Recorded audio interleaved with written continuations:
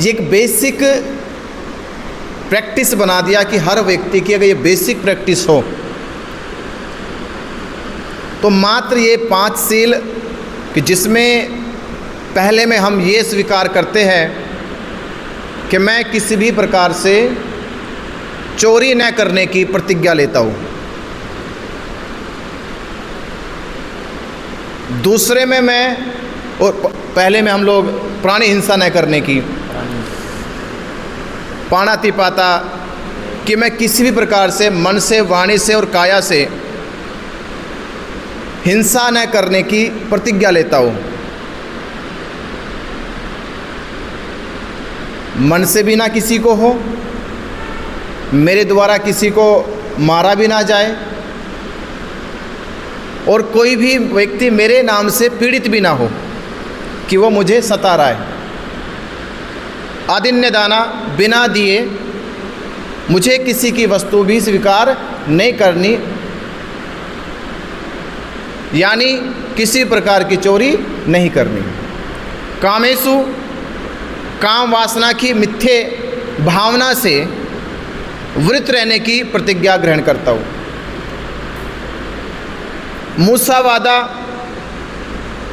मेरे जुबान से 3 प्रकार के कोई कर्म ना हो, मैं झूठ ना बोलूँ, चुगली ना करूँ और मिथ्ये भावना से बात न करूँ। 5वां सील सूरा मेरी मज्ज पमाद ठाणा। सूरा यानी शराब, चाहे वो किसी भी प्रकार की शराब हो, मेरे माने मन को विचलित करने वाले पदार्थ,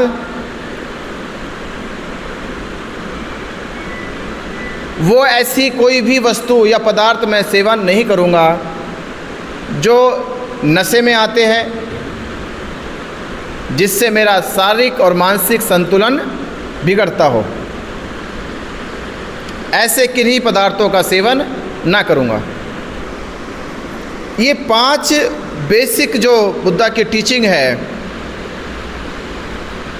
इस टीचिंग में कोई कहीं पूजा का मतलब नहीं है, कहीं कर्मकांड का मतलब नहीं है, ना ही कहीं कोई विष है इसके अंदर। ये रूटीन प्रैक्टिस है जिसे आपको रोज़ करना है, रोज़मर्रा की ज़िंदगी में रखना। तो आज हम यहाँ विहार में बैठे, तो आप सभी को पहले तो हमारे पूरे भिक्षु संघ की तरफ से आपको बहुत बहुत इस विहार को निर्माण करने में आप सब लोगों का बहुत बहुत शुभकामनाएं, मंगल कामनाएं कि आप लोगों ने इस महान कृतज्ञ कार्य को किया, जिससे यही संदेश आज आप चंद लोगों में है, आने वाली पीढ़ियों में चला जाएगा। तो ये तो एक वृक्ष लगाया है, आज 10 बैठे, कल 100 भी इसके नीचे बैठेंगे, फिर 1000 भी बैठेंगे, अभी छोटा हो सकता है, बिल और भी बड़ा हो सकता है। तो ये जो शुरुआत आपने करी है, ये बहुत स्थायी शुरुआत मानी जाती है और जीवन काल में यही शुरुआत की कहते हैं कि जीवन में ऐसे काम करो जो फाउंडेशन में आते हैं। ये जो काम है, ये फाउंडेशन का काम है। जैसे कभी कभी मैं कहता हूँ, ज़मीन के कागजात आज जो आपके नाम है, जो ज़मीन के कागजात आज आपके नाम है, कल आपके नाम नहीं रहेंगे, उनमें भी नाम ट्रांसफ़र हो जाएगा। तो अगर आपका नाम यहाँ पे आ गया, ये नहीं हटता, आपकी अपनी ज़मीन से हट जाएगा, आपके अपने घर से नाम हट जाएगा कि आप उसके मालिक आज है, कल नहीं हो सकते।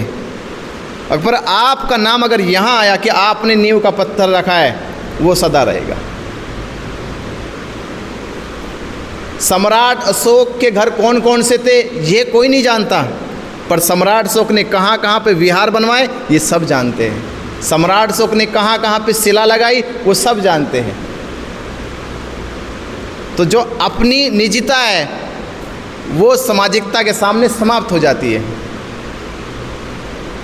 क्योंकि सामाजिकता जो है वो दूरगामी है और निजता शमशान तक है, शमशान के बाद खत्म। तो आज समाज जो प्रयास कर रहा है, उस प्रयास को जोड़ने का काम करना चाहिए बस। हम बुद्धिस्ट हैं और एक बुद्धिस्ट बुद्ध का पहला उपदेश जो वो दुख के ऊपर दे रहे। संसार में दुख है और आज मैं मानता हूँ इस बात को कि हर व्यक्ति को पता अपनी पीड़ा का, चाहे वो घरेलू पीड़ा हो, चाहे उसके कारोबार से जुड़ी हो, वो अनुभव स्वयं करता है। बस इतना है कि वो जाहिर नहीं कर रहा, व्याकुलता से भरे हुए हैं, पीड़ा से भरे हुए हैं। अन्यथा आप देखो, जो समाज खुश रहना सीख गया हो, उनके चेहरे मुरझाए हुए क्यों रहते हैं? हमारे समाज के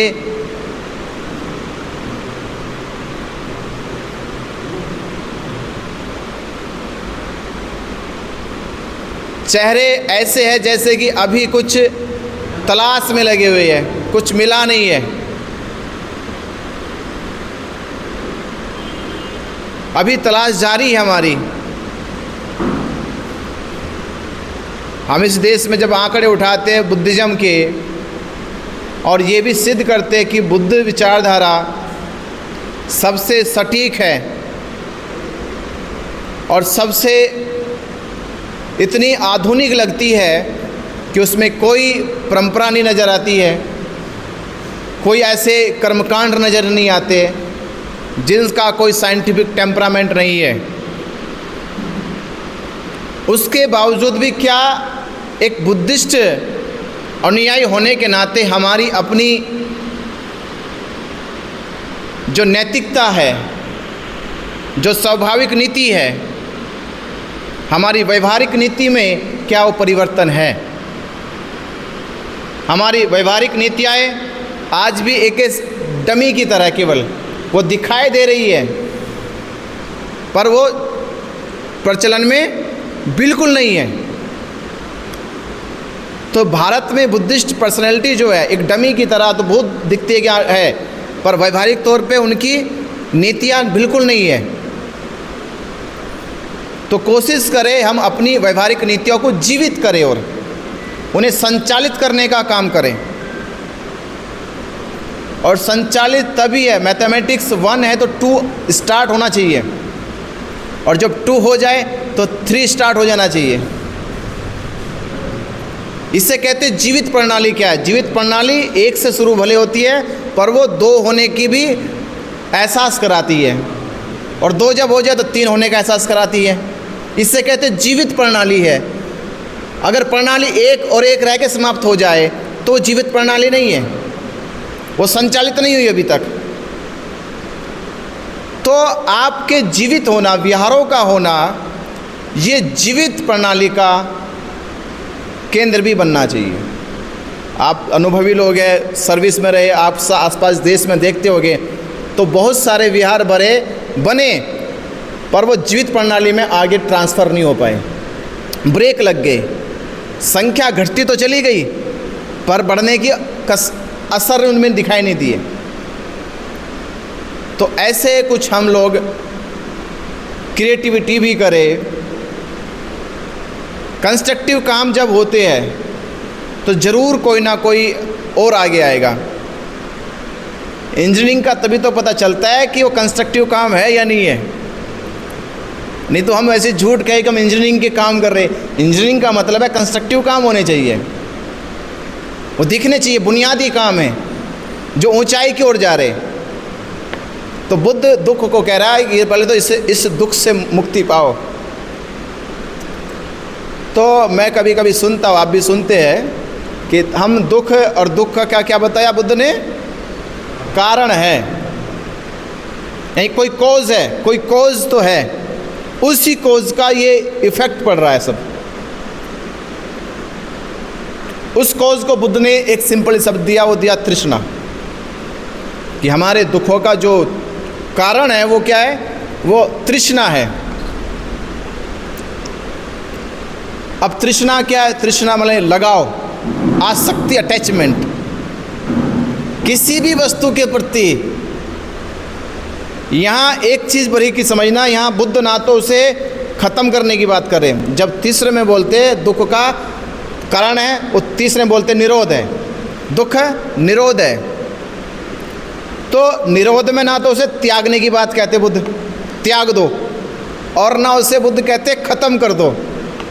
ये बहुत सूक्ष्म बात समझिएगा कि ना जैसे कुर्सी तुम्हें दुख दे रही है मानो,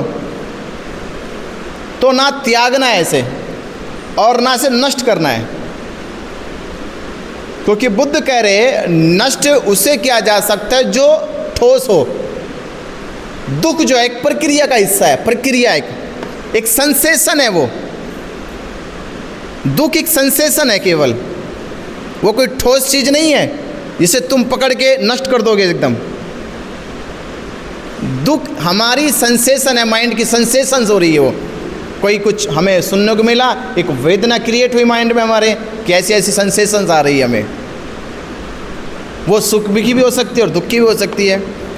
और दूसरा, इससे त्यागा भी नहीं जा सकता, क्योंकि त्यागने के लिए तुम्हारे पास वो जागरूकता तो पहले हो। तो निरोध शब्द बुद्ध कहते हैं, निरोध का मतलब होता है कि जो सेंसेशंस है ये उत्पन्न होती है। जैसे ये रखा है अपने, अभी दोनों एक साथ रखे, पर ये ऐसे ध्वनि उत्पन्न कर रहा है। तो क्यों उत्पन्न कर रहा है? क्योंकि हम इसको इससे से टच कर रहे। अगर हम इसको टच ना करें तो ये ध्वनि निकलना बंद हो जाएगी, ये सेंसेशन नहीं आएगी। अब तो हम क्या कर रहे हैं? बुद्ध कह रहे हैं निरोध का मतलब है उत्पन्न होने वाली जो प्रक्रिया है, उस उत्पन्न होने वाली प्रक्रिया से तुम्हें मुक्त होना, बस उसे मुक्त करना है। तो हमारे दुख किन चीज़ों से? वस्तु के अटैचमेंट से दुख हो रहा है, या उनका प्रयोग हम नहीं जानते। कभी कभी हम लोग भी कहते हैं कि बुद्ध का शून्यवाद, शून्यवाद में हर एक चीज़ को मिटाना पड़ता है। बुद्ध का संदेश है साक्षी भाव, अवेयरनेस, चीज़ों के प्रति जागरूक रहो। तुम जागरूक रहो कि जब चल रहे हो रास्ते से, तो शून्य का मतलब कि इस रास्ते से मत चलो। शून्यवाद ये कहेगा कि रास्ते से मत जाओ, जहाँ वहीं रहो बस। बुद्ध क्या कहेगा? नहीं, रास्ते से जाओ पर साक्षी होश में होके जाओ, कांटा देखते जाओ, कोई गड्ढा हो तो देख के जाओ, कोई बाधा हो तो देख के जाओ, जाओ जरूर, गतिशील बनो पर अवेयरनेस में रहो, जागरूकता में रहो।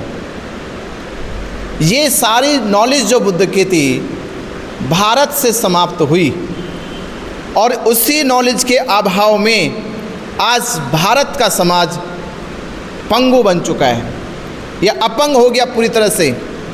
साधन संपन्न होना सुख का परिचय कभी नहीं हो सकता। ये गलतफहमी सबसे पहले अगर हम लोग नहीं मिटा पाए कि साधन सुविधा दे सकता है पर जीवन के सुख नहीं दे सकता। सुविधाएं भोगी हो तो हो सकते हो। अभी कुछ ही महीने पहले हमने देखा एक आईपीएस ऑफिसर ने सुसाइड किया, 2018 में एक आईपीएस ऑफिसर ने सुसाइड किया। और ऐसे मेरी घटना के अगर दूँ मैं करीब 10 साल में मैंने देखे 50 क्लास 1 ऑफिसर लोगों ने सुसाइड किया। सुविधा का अभाव तो नहीं था उनके पास, सुविधा तो थी, नौकर भी थे, चाकर भी थे, हर एक सुविधा एक आम व्यक्ति से पास जो जीवन जी रहा उससे 100 गुना सुविधा उसके पास थी, पर वो मानसिक संतुलन नहीं था। इससे जीतना, सुविधाएं हासिल करना जीत नहीं इतनी बड़ी। सुविधाएं जीवन में केवल इसलिए लाई जा सकती है कि जिस काम को आप करने में ज़्यादा वक्त लगाते हैं उस काम को करने में वक्त अब कम लग जाएगा आपका। सुविधा इसीलिए तो है। पर क्या आप उस काम को उसी सोच के साथ कर रहे हो जिस सोच को लेकर तुम खुश हो? हम प्रेशराइज काम करते हैं, अपनी सहमति का काम नहीं कर पाते। मनुष्य बहुत कम जीवन में होता है साधुवारे डॉक्टर साहब, अपनी सहमति का काम बहुत मुश्किल से कर पाते हैं।